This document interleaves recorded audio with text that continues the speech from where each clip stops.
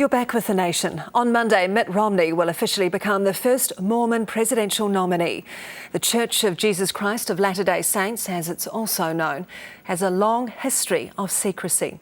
Romney himself has done his best to downplay any influence that Mormonism has had on his politics. But this week, he's finally begun opening up about his faith, allowing reporters to follow him at church. Jenee Tibshraeny went inside the church to see how it operates in New Zealand and found out it has political connections here as well. Sunday morning in the secluded suburb of Templeview, Hamilton. 6-year-old Ropata Joseph knows the drill. Shirt, tie and jacket for church. Honey, did you put these buttons on? Ropata's father, Rob Joseph, is a Waikato University lecturer in law and a devout Mormon. It actually anchors us and it gives us meaning, and we know sort of why we have family, why we look after each other, all the different things we do in life. There's purpose to it, and that anchors us and it rewards us too. It's about having families and being happy, and so it enhances our life. The Mormon Church's teachings are based on Christianity, but take a very different view to modern-day Catholics and Protestants. Mormons believe Christianity was restored in 1830. The prophet Joseph Smith is said to have found 10 gold plates with inscriptions from God. He translated them into what is known as the Book of Mormon and proclaimed America the centre of the faith. While Templeview may be a far cry from its home of Utah in the United States, it's the closest thing New Zealand has to a Salt Lake City. Wherever they go, Mormons face questions. Mainstream churchgoers argue Mormons are not a part of the Christian church, but a cult. And Romney's nomination is raising questions for New Zealanders about the church's origins. Does it worship America as much as it worships God? This is not your ordinary Kiwi suburb. Templeview is home to nearly 300 Mormon families. And it's the centre for the church's 44,000 New Zealand members. Mormons have been here for over 150 years, and they've grown through a missionary zeal that's been linked to that of an American door-to-door salesman. A campaign that struck a particular chord with Māori. Rob Mackay is an Anglican priest, but he grew up in a Mormon family. He says Mormons were able to form a connection with Māori.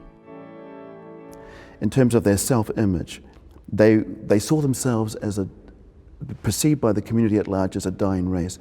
The Mormon missionaries come along and they say to them, "No, you're not. You are of the house of Israel. You are a chosen people." Unlike other Christian denominations, the Mormon Church claims you can be baptized on behalf of others. In essence, you can grant your ancestors salvation so you can be reunited in the afterlife.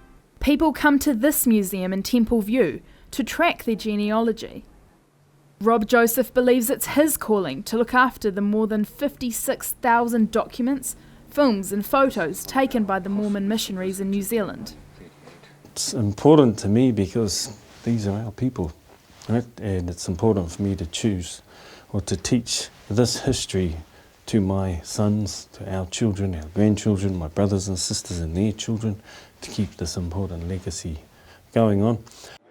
Rob Mackay also valued being brought up in a community where everyone was considered whānau. But for him, the church's teachings just didn't add up.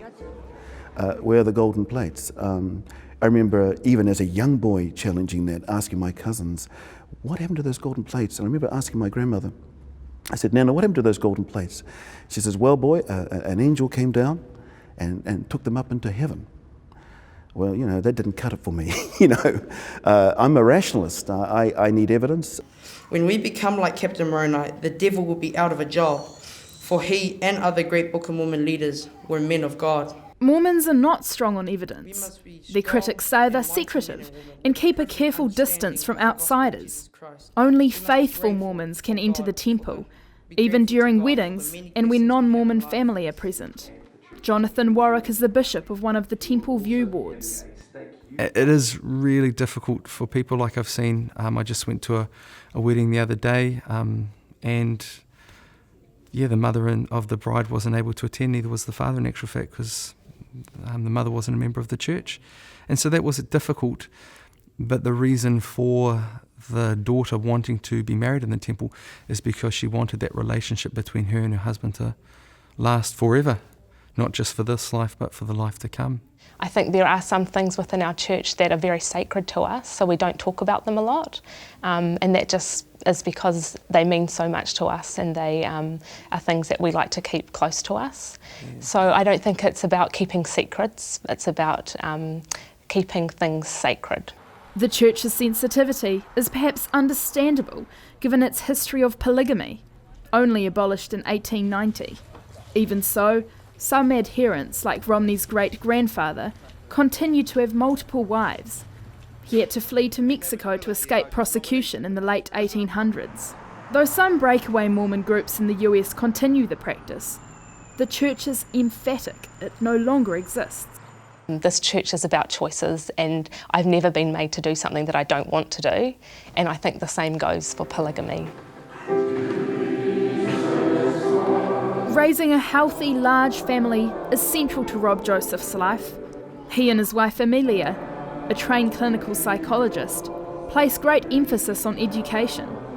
Moroni gave them a chance and said, hey, let's stop this now. This is kind of like madness. Let's stop this. They also live a caffeine, alcohol and tobacco-free lifestyle. They served missions as young adults, tithe and do volunteer work. Yet the importance of the family has a qualification. Non-Mormon members are less important. As former Mormon Rob Mackay found out, when he left the church, he was forced to distance himself from his whānau as well. That's the sacrifice you make. I still communicate with my whānau, but not as much. And besides, it's almost like we're on separate canoes now. Supposedly going down the same river, I don't know. Waikato University professor in American history, Raymond Richards, is less empathetic towards their lifestyle. The Mormons are no more crazy than other religions, but they believe things that are more easily able to be checked because they make recent claims. And surely something that is false, little that it's good, can come out of that. The difference between religion and culture and politics gets really, really blurry. While some Mormons have criticised Richard for vilifying them, one Canterbury University culture studies lecturer is embracing any discussion about her faith. Gina Colvin is the founder of the blog Kiwi Mormon. Because this is people's community, this is how they grow up, politics, religion, culture, all intertwine into one thing. And out here on the fringes of the church, we have to grapple more with what is the difference between spirituality, what's religion. Colvin's blog makes no secret of the fact that she's a spiritual person, concerned with the church's masculine hierarchy and clannish American roots. She even questions the church's finances. I can't go anywhere and find out who does what job. I don't know. I've asked, but I don't know. I wish that answer.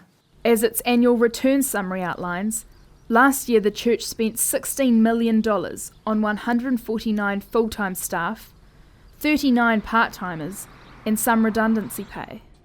If bishops, seminary teachers, and the PR department don't get paid, who does?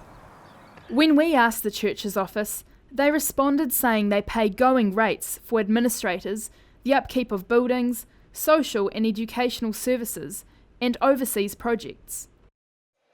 This sensitivity, sometimes secretiveness, it's about priority, even extends to high-profile New Zealanders. Labour MP Jacinda Ardern was brought up in the Mormon church. Her cousin is Leanne Warwick, the bishop's wife we spoke to. Ardern declined to discuss her beliefs with us. But she's not the only MP with church connections. Labour MP Sua Williams-Seo practices the faith, and Education Minister Hekia Parata's cousin founded the Mormon Museum we visited. In the US, there have been many Mormon politicians. Romney, running for president, has given the church a chance to revamp its public image. And I'm a Mormon. And I'm a Mormon. I'm a mother. I am a law professor. My name is Marissa, and I'm a Mormon. And I'm a Mormon. And I'm a Mormon. They want to be accepted. They want to be accepted as mainstream. It's one reason why Mitt Romney in the United States, running for the White House, he doesn't like to talk about his Mormonism, he just talks about people of faith. So he's trying to unite all persons, evangelicals and others who have traditionally been at odds with the Mormons, under the umbrella of people of faith. So the PR is to reach out and be accepted as mainstream. Until recently, Romney was reluctant to discuss his faith, but last weekend he invited reporters to film him attending church.